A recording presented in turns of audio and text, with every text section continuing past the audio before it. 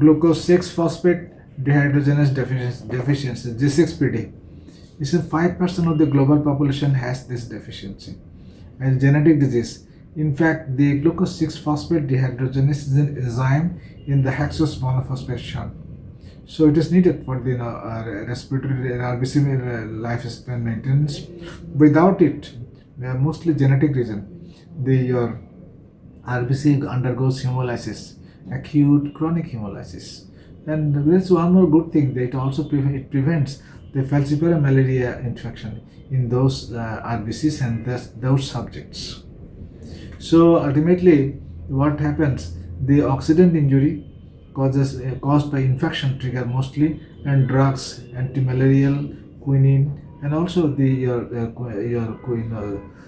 quinolone derivatives, your ciprofloxacin, moxifloxacin, ofloxacin, and others, and also a little bit with the nitrofurantoin and nalidixic acid, cotrimoxazole, aspirin, and a little bit in higher dose in rheumatic fever, your sulfasalazine and so forth, fevabins.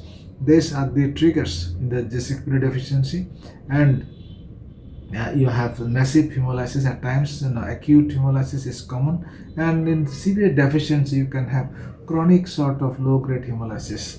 So all are possible. There are variants. G6PD-A, African Americans; B, Mediterranean; and G6PD Canton in Chinese population. So on to day 4 days after the infection trigger, patient usually have massive hemolysis with sudden pallor and hemoglobinuria. The urine is a red color. If you are in test the urine, you will have RBC, you have E positivity, hemoglobinuria positivity, and your patient may be icteric, may not be icteric. It may be icteric in the early neonatal period, appearing to be Gilbert-like presentation. So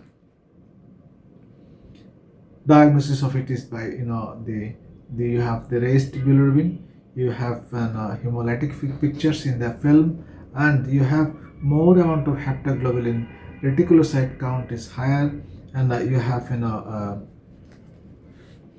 your exclusion of the other hemolytic process, and finally you diagnose it with certainty with the G6PD measurements, and then you can measure you can do the genetic test also. Treatment is the avoidance of trigger.